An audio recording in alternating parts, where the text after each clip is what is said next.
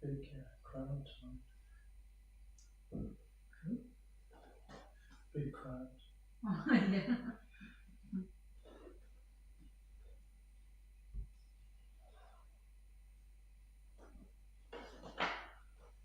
Jai Jai Sri Chaitanya, Jai Nityananda, Jai Advaita Chandra Jaya, Gaura Bhakta Vrinda. Jai Jai Sri Chaitanya, Jai Nityananda, Jai Advaita Chandra Jaya, Gaura Bhakta Vrinda.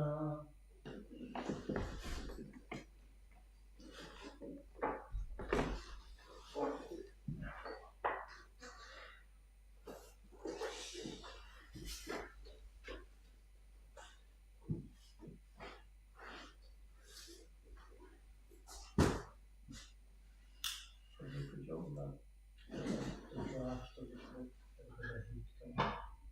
Thank you. So, are we starting on 140 today? Yeah. Anjali, chapter 13, text 140.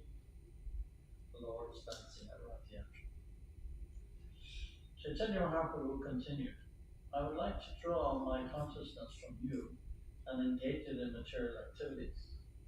But even though I try, I cannot do so. I am naturally inclined to you only. Your instructions for me to meditate on you are therefore simply ludicrous. In this way, you are killing me. It is not very good for you to think of me as a candidate for your instructions.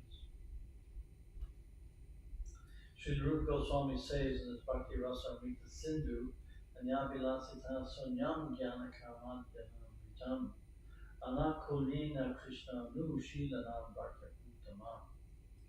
For a pure devotee, there is no scope for indulgence in mystic yoga practice or the cultivation of speculative philosophy. It is indeed impossible for a pure devotee to engage his mind in such unwanted activities. Even if a pure devotee wanted to, his mind would not allow him to do so. That is a characteristic of a pure devotee. He is transcendental to all fruitive activity, speculative philosophy, and mystic yoga meditation. The gopis therefore express themselves as follows.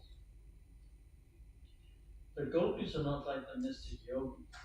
They will never be satisfied simply by meditating on your lotus feet and imitating the so-called yogis. Teaching the gopis about meditation is another kind of duplicity. When they are instructed to undergo mystic yoga practice, they are not at all satisfied. On the contrary, they become more and more angry with you. Srila Prabhupada Saraswati Thakur has stated, Charitamrita, text 5, for a pure devotee who has realized Krishna consciousness through Sri Chaitanya Mahaprabhu, the monistic philosophy by which one becomes one with the Supreme appears hellish.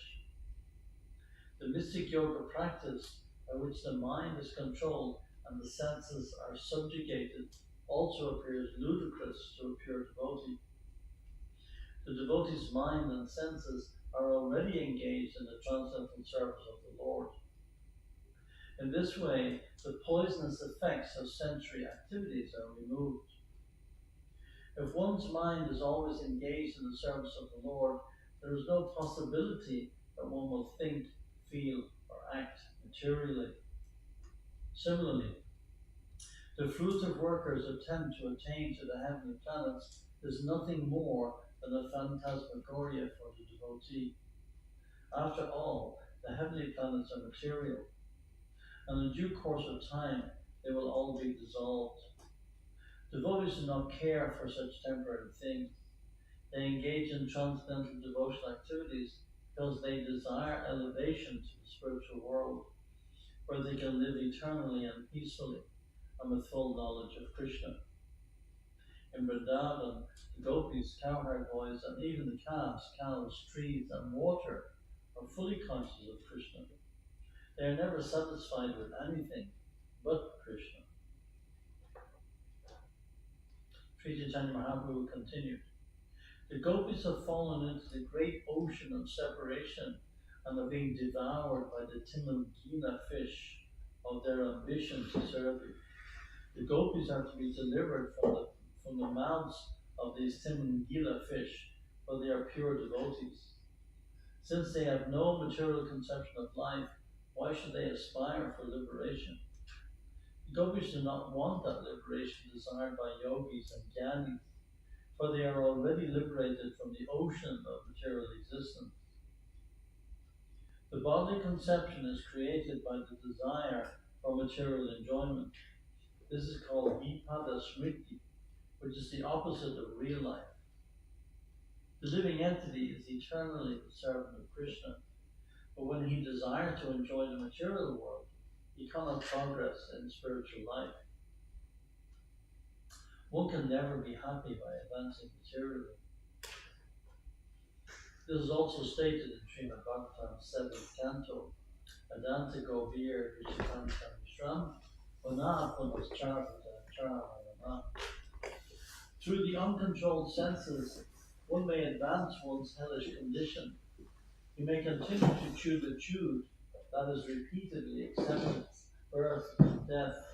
The conditioned souls use the duration of life between birth and death only to engage in the same activities, eating, sleeping, mating, and defending.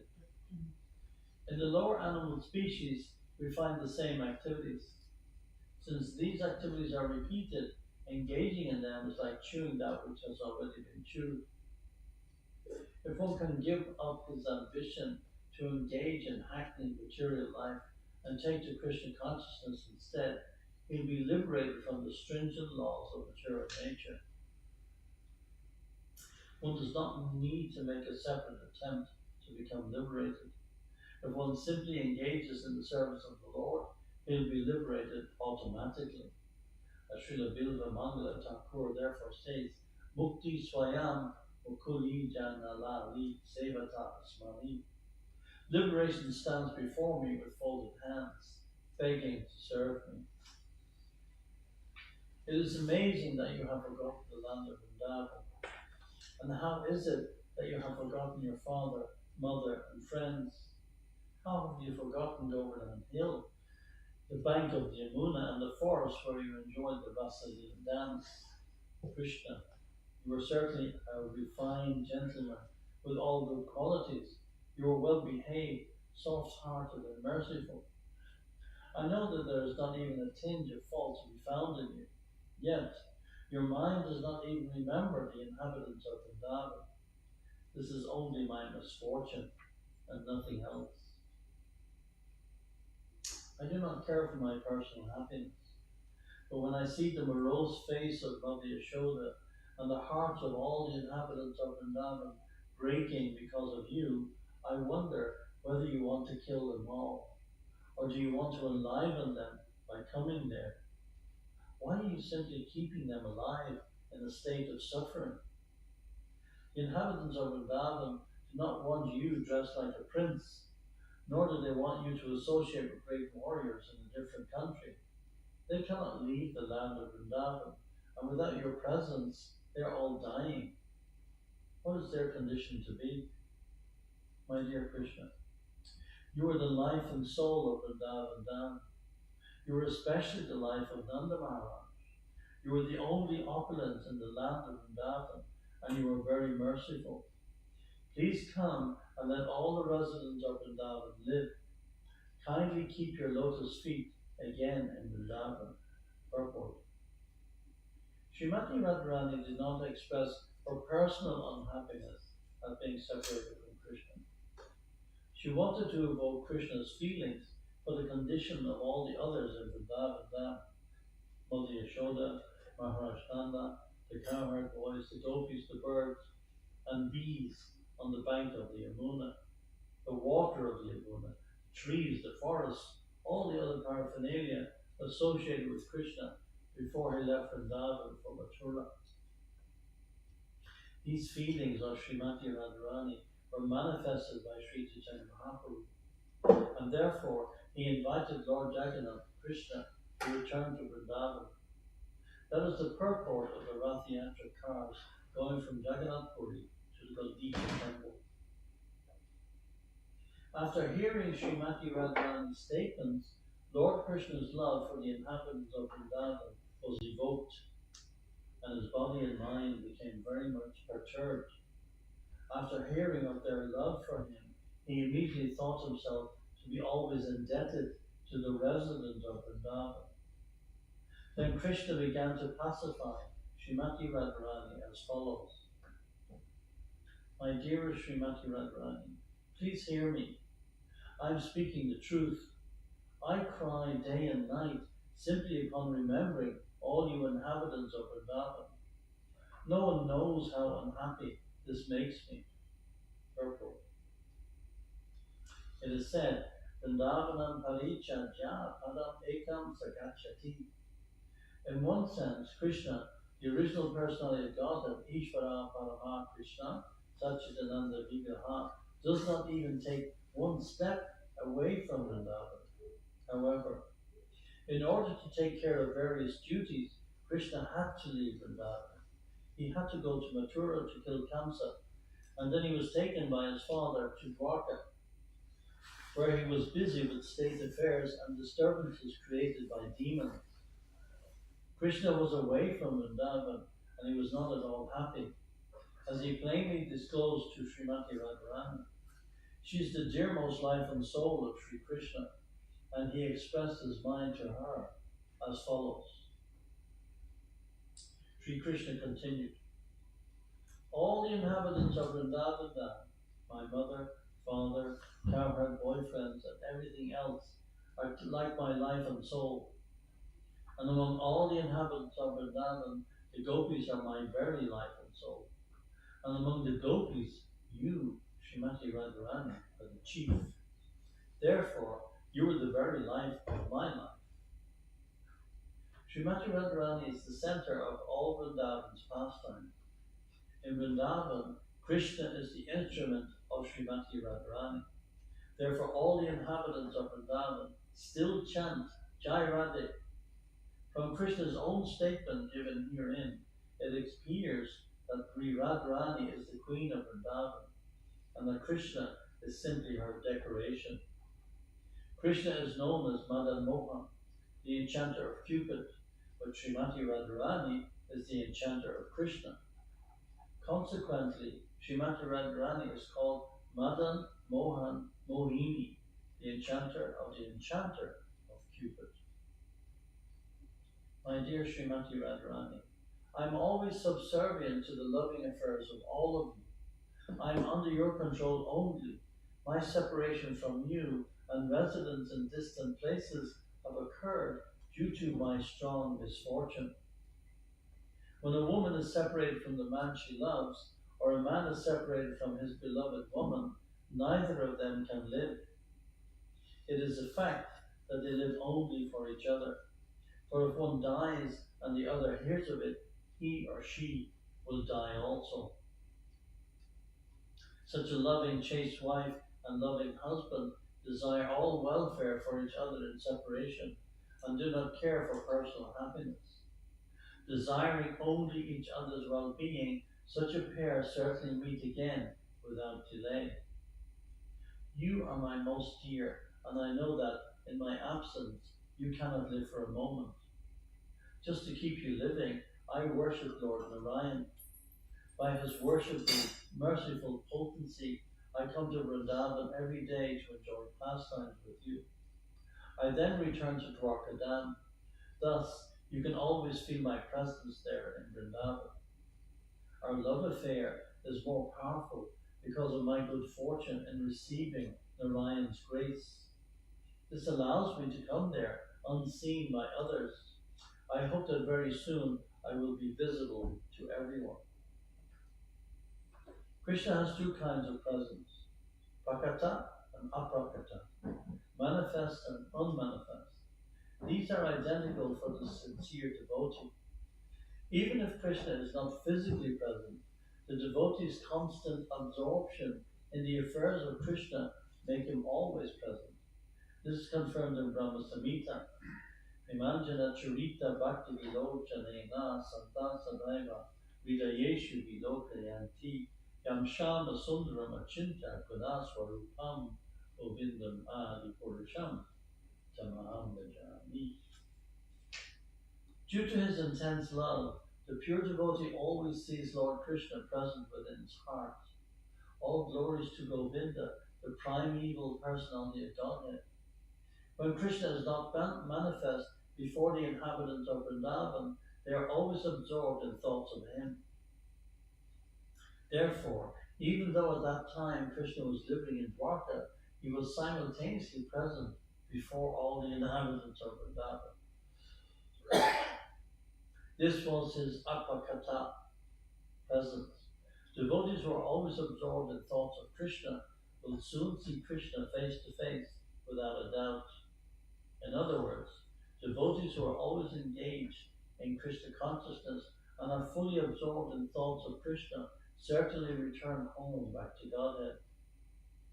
They then see Krishna directly face to face, talk with him, and enjoy his company. This is confirmed in Bhagavad Gita 4.9, Chatvadeham Purna Janmanaitinam Iti Sojana. Because during his lifetime, a pure devotee is always speaking of Krishna and engaging in the service. As soon as he gives up his body, he immediately returns to Goloka Vrindavan, where Krishna is personally present. He then meets Krishna directly. This is successful human life. This is the meaning of Pakita Teha Aniva Sapara. The pure devotee will soon see the personal manifestation of Lord Krishna. I have already killed all the mischievous demons who are enemies of the Yadu dynasty, and I have also killed Kamsa and his allies. But there are 2 or 4 demons still living. I want to kill them, and after doing so, I shall very soon return to Vrindavan. Please know this for certain. Just as Krishna does not take a step away from Vrindavan, Krishna's devotee also does not like to leave Vrindavan. However, when he has to tend to Krishna's business, he leaves Vrindavan. After finishing his mission, a pure devotee returns home, back to Vrindavan, back to Godhead. Krishna assured Radharani that after killing the demons outside Vrindavan, he would return. I'm coming back very soon, he promised, as soon as I have killed a few remaining demons. That's Prabhupada talking about himself. Yeah. I wish to protect the inhabitants of Vrindavan from the attacks of my enemies. That is why I remain in my kingdom. Otherwise, I am indifferent to my royal position. Whatever wives, sons, and wealth I maintain in the kingdom are only for the satisfaction of the Yadus. Your loving qualities always attract me to Vrindavan. Indeed, they will bring me back within 10 or 20 days, and when I return, I shall enjoy both day and night with you and all the damsels of Rajabhumi. While speaking to Srimati Radharani, Krishna became very anxious to return to Vrindavan. He made her listen to a verse which banished all her difficulties and which assured her that she would again attain Krishna. Lord Krishna said, "Devotional service unto me is the only way to attain me. My dear gopis, whatever love and affection you have attained for me by good fortune is the only reason for my returning to you." This is a verse from Srimad Bhagavatam, 10th Canto. Sri Chaitanya Mahaprabhu would sit in his room with Swarup Damodar and taste the topics of these verses day and night. Sri Chaitanya Mahaprabhu danced completely absorbed in ecstatic emotion. While looking at the face of Lord Jagannath, he danced and recited these verses. No one can describe the good fortune of Swarup Damodar Goswami, for he is always absorbed in the service of the Lord with his body, mind, and words. The senses of Lord Sri Chaitanya Mahaprabhu were identical with the senses of Swarup. Therefore, Chaitanya Mahaprabhu used to become fully absorbed in tasting the singing of Swarup Damodar. In emotional ecstasy, Chaitanya Mahaprabhu would sometimes sit on the ground and looking down would write on the ground with his finger. Fearing that the Lord would injure his finger by writing in this way, Swarup Damodar checked him with his own hand. Swarup Damodar used to sing exactly according to the ecstatic emotion of the Lord. Whenever a particular mellow was being tasted by Sri Chaitanya Mahaprabhu, Swarup Damodar would personify it by singing. Sri Chaitanya Mahaprabhu looked upon the beautiful lotus-like face and eyes of Lord Jagannath. Lord Jagannath was garlanded, dressed with nice garments, and adorned with beautiful ornaments. His face was glittering from the rays of sunshine, and the entire atmosphere was fragrant. An ocean of transcendental bliss expanded in the heart of Lord Sri Chaitanya Mahaprabhu, and symptoms of madness immediately intensified like a hurricane. The madness of transcendental bliss created waves of various emotions. The emotions appeared like opposing soldiers staging a fight. There was an increase in all the natural emotional symptoms. Thus there were awakening emotions, peacefulness, joined, mixed, transcendental, and prevalent emotions, and impetuses for emotion. Sri Chaitanya Mahaprabhu's body appeared like a transcendental Himalayan mountain bearing ecstatic emotional flower trees, all of them blooming. The sight of all these symptoms attracted everyone's mind and consciousness. Indeed, the Lord sprinkled everyone's mind with the nectar of transcendental love of Godhead. He sprinkled the minds of the servants of Lord Jagannath, the government officers, the pilgrim visitors, the general populace, and all the residents of Jagannath Puri. Upon seeing the dancing and ecstatic love of Sri Chaitanya Mahaprabhu, everyone became astonished. In their hearts, they became infatuated with love of Krishna.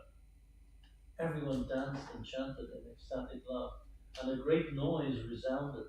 Everyone was overwhelmed with transcendental bliss just to see the dancing of Sri Chaitanya Mahaprabhu.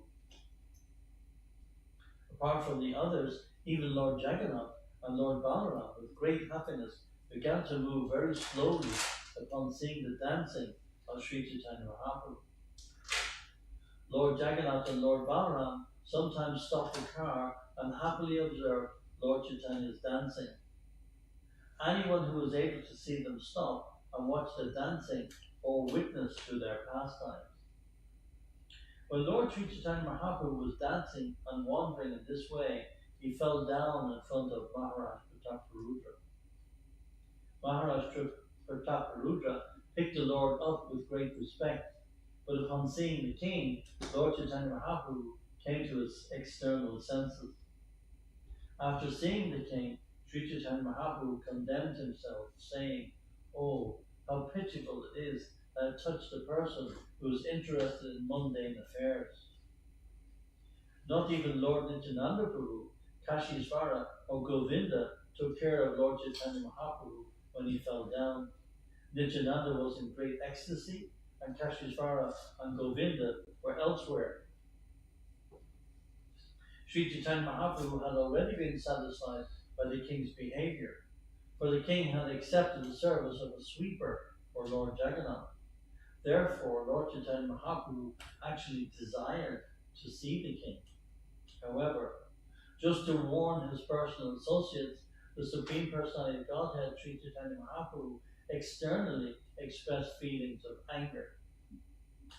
When Maharaj Pratapparudra asked to see the Lord, Sri Chaitanya Mahaprabhu refused, saying, the word is kinchanasya, refers to a person who has finished his material activities. Such a person can begin to execute his activities in Krishna consciousness to cross over the ocean of nescience. It is very dangerous for such a person to have intimate relationships with mundane people or to become intimately related with women. This formality is to be observed by anyone who is serious about going back home, back to Godhead. To teach his personal associates these principles, Sri Chaitanya Mahaprabhu expressed external anger when touched by the king. Since the Lord was very much satisfied with the humble behavior of the king, he intentionally allowed the king to touch him. But externally, he expressed anger just to warn his personal associates. King Pratapparudra became frightened when Lord Chaitanya Mahaprabhu showed external anger. But Sarvabhauma Bhattacharya told the king, don't worry. Sarvabhauma Bhattacharya informed the king, the Lord is very satisfied with you. By pointing you out, he was teaching his personal associates how to behave with mundane people.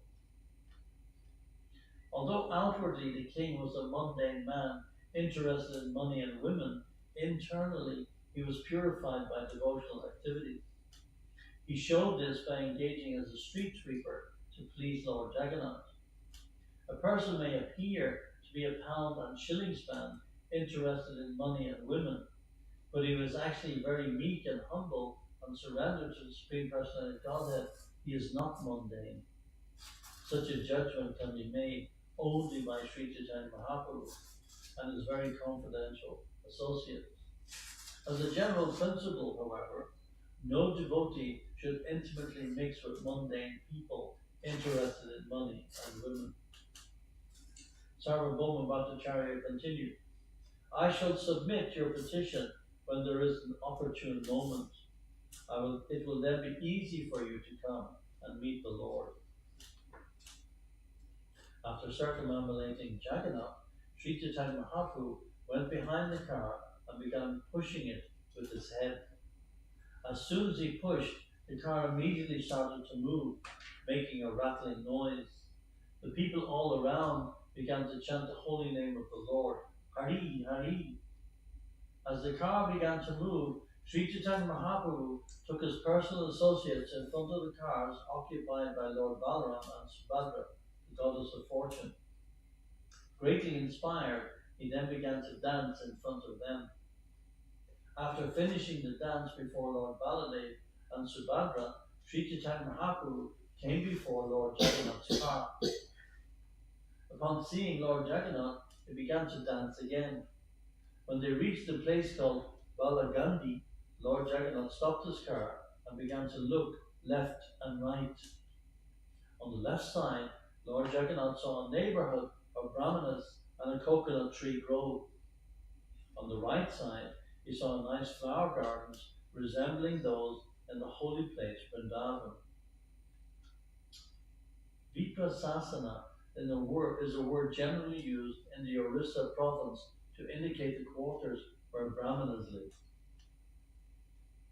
Sri Chaitanya Mahaprabhu and his devotees were dancing in front of the car, and Lord Jagannath, having stopped the car, watched the dancing. It was customary that food be offered to the Lord at Viprasasana. Indeed, innumerable dishes of food were offered, and Lord Jagannath tasted each one of them. All kinds of devotees of Lord Jagannath from neophytes to the most advanced, offer their best cooked food to the Lord. These devotees included the king, his queens, his ministers, and friends, and all other big and small residents of Jagannath Puri. All the visitors who had come from different countries to Jagannath Puri, as well as the local devotees, offered their personally cooked food to the Lord. The devotees offered their food everywhere, in front of the car, behind it, on the two sides, and within the flower garden. Wherever possible, they made their offering to the Lord, for there were no hard and fast rules. I've seen that actually at the Rath Yatra, where people just come and stick the food on the wheel, everywhere, just as long as it touches the grass.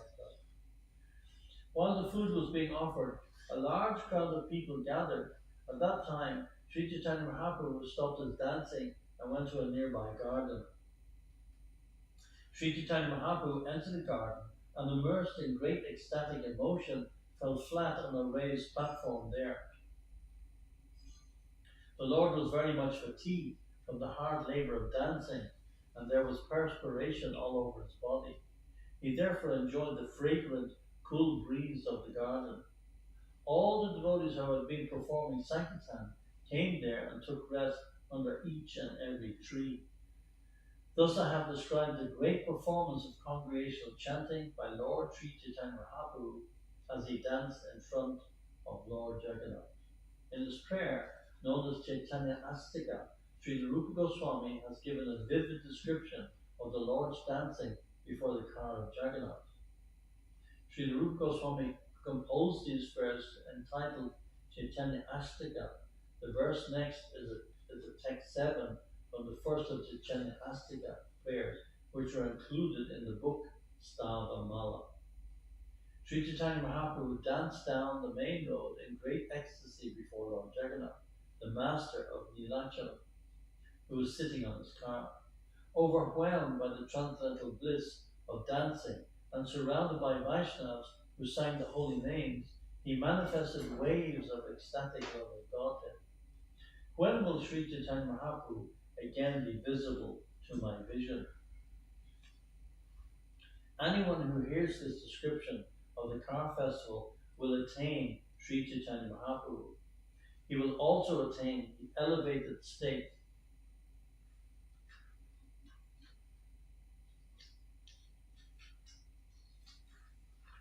by which you will have firm conviction in devotional service and love of Godhead. Praying at the lotus feet of Sri Rupa and Sri Raghunath, always desiring their mercy, I, Krishna Das, narrate Sri Chaitanya Charitamrita, following in their footsteps. Thus end the Bhaktivedanta purports to Sri Chaitanya Charitamrita, Madhya Lila, 13th chapter, describing Sri Chaitanya Mahaprabhu's ecstatic dancing at Lord Jagannath's festival. So, we'll